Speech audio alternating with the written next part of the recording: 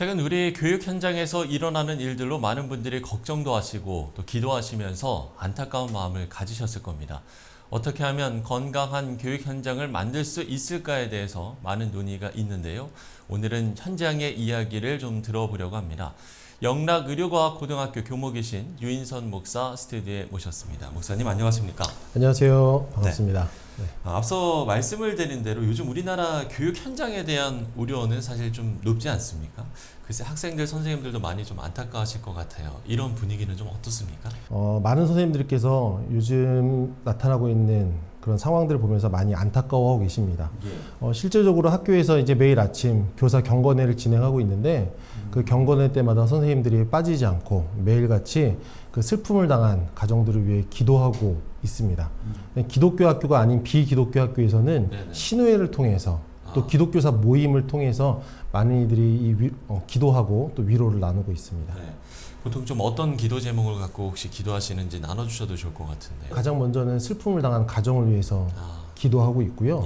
그 다음에 그 선생님들이 당했던 그 아픈 상황들, 그것이 남의 일이 아니라 현재 우리 사회에서도, 우리가 있는 학교에서도 발생하고 있는 많은 사례들이기 때문에 같이 위로와 또한 그것을 극복할 수 있는 지혜를 구하는 기도를 많이 하는 것 같습니다. 실제적으로 학교 안팎으로 많은 민원들이 지금도 제기가 되고 있습니다.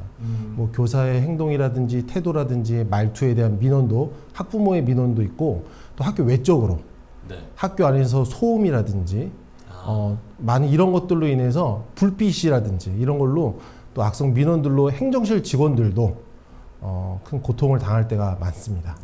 가장 안타까운 건 교육 현장의 신뢰, 또 존중, 이러한 중요한 부분들이 무너졌다는 거 아니겠습니까? 요즘 공교육이 이제 무너졌다라고 이야기하는데 세 가지 키워드를 생각해 봤습니다. 첫 번째는 입시고요. 두 번째는 경쟁이고 세 번째는 개인인 것 같습니다.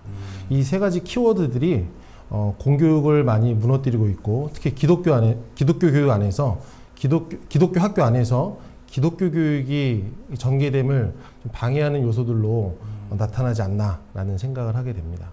교권 추락에서 오는 우리가 문제, 정말 어떤 내용들인가, 물론 뭐 언론을 통해서도 공개가 되고 있습니다만 현장에 계시니까요. 특히 학생을 지도할 때 이 많은 부분들이 생겨납니다. 저희는 특성화 고등학교여서 아이들이 취업도 하고 진학도 합니다. 아이들에게 취업도 시켜야 되고 진학도 시켜야 되는 이런 어려움 속에 학생들은 제가 알아서 할게요. 저의 선택권을 존중해 주세요 라고 하면서 지도에 순응하지 않는 경우들도 있고요. 이제 인문계고 같은 경우는 입시에만 치우쳐 있어서 입시에 반영되지 않는 교과들을 소홀히 여기거나 하는 것들이 있습니다. 상담을 하는 경우에도 교권이 많이 위협을 당하고 있는데요. 어디까지가 개인정보인지, 도움을 주기 위해서도 어디까지 도움을 줘야 되는지 참 애매한 경우들이 있습니다. 선생님들은 사랑이 있어서 여기까지 도와줬는데 학생은 여기까지는 개인의 범위다 라고 하고 마다하는 경우도 있고요. 이건 내 영역이다. 그래서 학생들을 좀 돌보고 케어하는 데 있어서도 많은 어려움들이 발생하고 있는 것이 현실입니다. 이런 상황에서 교육 현장에 계신 분들은 뭐 다양한 해법들을 좀 찾고 계시고 또 뭐 기도하실 거고 그럴 텐데, 목회자이시자 교육자 입장에서도 여러 가지 좀 생각을 해보셨을 것 같아요. 어떻습니까? 학교에서 이제 제가 8년 정도 지금 학교에서 사역을 하고 있는데요. 지금까지 정리된 것은 그렇습니다. 기독교 세계관에 입각한 교육을 해야 된다. 또 기독교 세계관에 입각한 놀이문화를 통해서 즐거움을 줄 수 있어야 된다. 또 기독교 세계관에 입각한 진로 교육을 해야 된다. 또 기독교 세계관을 전해줄 수 있는 예배를 드려야 된다. 라는 것을 좀 정리해 보았습니다. 그래서 기독교 세계관에 입각한 교육이란 무엇인가 라고 하면은 지금 고등학교 과정에서는 필수로 이수해야 되는 교육들이 있습니다. 예를 들어서 생명 존중 교육, 그다음에 장애 이해 교육, 통일 교육, 성평등 교육, 다문화 교육 등이 있습니다. 이런 것도 우리가 어떻게 전달해야 될 것인가. 이것이 기독교 학교가 아니라면은 지식 전달 수준에서 머물게 됩니다. 그래서 장애, 그냥 다름이구나. 근데 이것을 기독교 세계관에서 교육을 한다면은 우리가 장애를 어떻게 볼 것인가, 하나님의 관점에서 사랑으로 어떻게 이들을 보살피고 함께 갈 것인가, 어우러져 갈 것인가 라는 것을 교육할 수 있게 되는 것이죠. 그래서 현재 저희 학교에서도 예배 시간에 생명 존중 예배를 드리고 있고요. 장애인의 예배를 드리고 있고요. 성평등 예배를 드리고 있고요. 또한 통일 예배를 또 따로 드리고 있습니다. 그래서 아이들이 그냥 정부에서 주고 지자체에서 주는 교육 자료로 장애인을 하는 것이 아니라 기독교 안에서, 신앙 안에서, 기독교 세계관 안에서 장애를 이해할 수 있도록, 생명 존중의 그 가치를 이해할 수 있도록 교육하고 있습니다. 사실 기독교 학교라고 해서 왜 어려움이 없겠습니까마는 그걸 풀어가는 방법이 다르다는 게 좀 중요한 것 같습니다. 기독교 학교에서는 기도할 수 있다라는 것입니다. 기도하면서 함께 웃을 수 있고요. 또 기도하면서 함께 울 수 있다는 것, 이것이 가장 큰 힘과 또 위로가 되는 것 같습니다. 매일 아침 한 자리에 모여서 학교를 위해 기도하고요. 학생들을 위해 기도하고 있습니다. 또 기도를 통해서 또 신앙을 통해 그 문제를 지혜롭게 극복하고 해결하려는 노력들을 하고 있죠. 그래서 이런 문제들 앞에, 이런 어려움들 앞에 기도할 수 있다라는 것이 기독교 학교의 가장 큰 특징이고 또 장점, 또 무기인 것 같습니다. 현재 드러나고 있는 이 학교 문제에 결국엔 교육 현장의 환경과 제도적 뒷받침이 분명히 있어야 할 것 같은데, 그러면 실질적 제도 개선이 필요한 부분 어떤 거라고 보시는지요? 먼저 제도적인 변화에 앞서서 먼저 교사로서, 또 학생으로서, 또 학부모로서 모두 좀 변화가 필요한 것 같습니다. 가장 먼저는 교사와 학생과 학부모가 하나님 안에 거해야 된다고 생각이 듭니다. 신앙으로 먼저 출발해야 된다고 생각을 듭니다. 하나님 안에서 교사는 하나님의 부르신 소명을 따라 가르친 자의 본분을 다해야 하고, 학생은 그 기독교사의 가르침을 통해서 하나님 주신 달란트를 찾고 또 하나님 주신 꿈을 키워가려는 노력을 해야겠고요. 또한 하나님 안에서 부모는 내 자녀만 품는 것이 아니라 내 자녀와 함께 살아갈 다음 세대를 모두 품을 수 있는 그 넓은 마음을 먼저 품는 것이 제도에 앞서 선행되어야 될 우리들의 모습이 아닐까라는 생각을 하게 됩니다. 이 부분에서 우리가 궁극적인 교육 목표가 무엇인가, 이 부분도 한 번쯤은 짚어봐야 될 것 같습니다. 궁극적인 교육의 목표, 어떤 방향이 가장 바람직하다고 생각을 하시는지요? 한경진 목사님께서는 이렇게 말씀하셨습니다. 하나님을 사랑하면 사람을 사랑하게 되고, 사람을 사랑하면 자연스럽게 나라를 사랑하게 된다라고 말씀하셨습니다. 한경진 목사님은 하나님을 사랑하고 이웃을 사랑하는 인재들을 학교 교육을 통해 키우기를 또 원하셨고, 그렇게 많은 학교들을 세우셨습니다. 저희 개인적인 얘기를 하자면 저도 영락고등학교 출신입니다.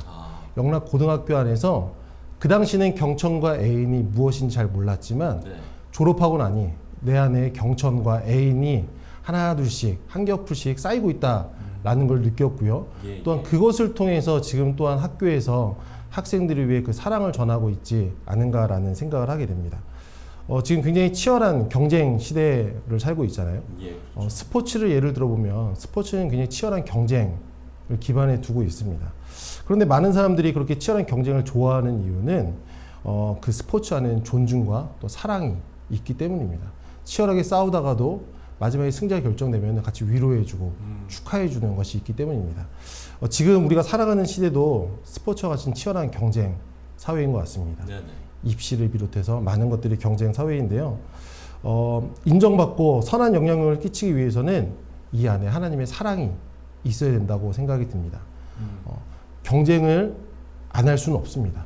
근데 경쟁을 하면서 그 안에서 선한 영향력, 정말 하나님의 인재들을, 기독교적 인재들을 양성하기 위해서는 하나님의 사랑, 또한 그 하나님의 사랑 안에서 이웃을 사랑할 수 있는 그 교육적인 목표가 있어야 또 온전한 또 다음 세대를 잘 세울 수 있을 거라는 생각을 하게 됩니다.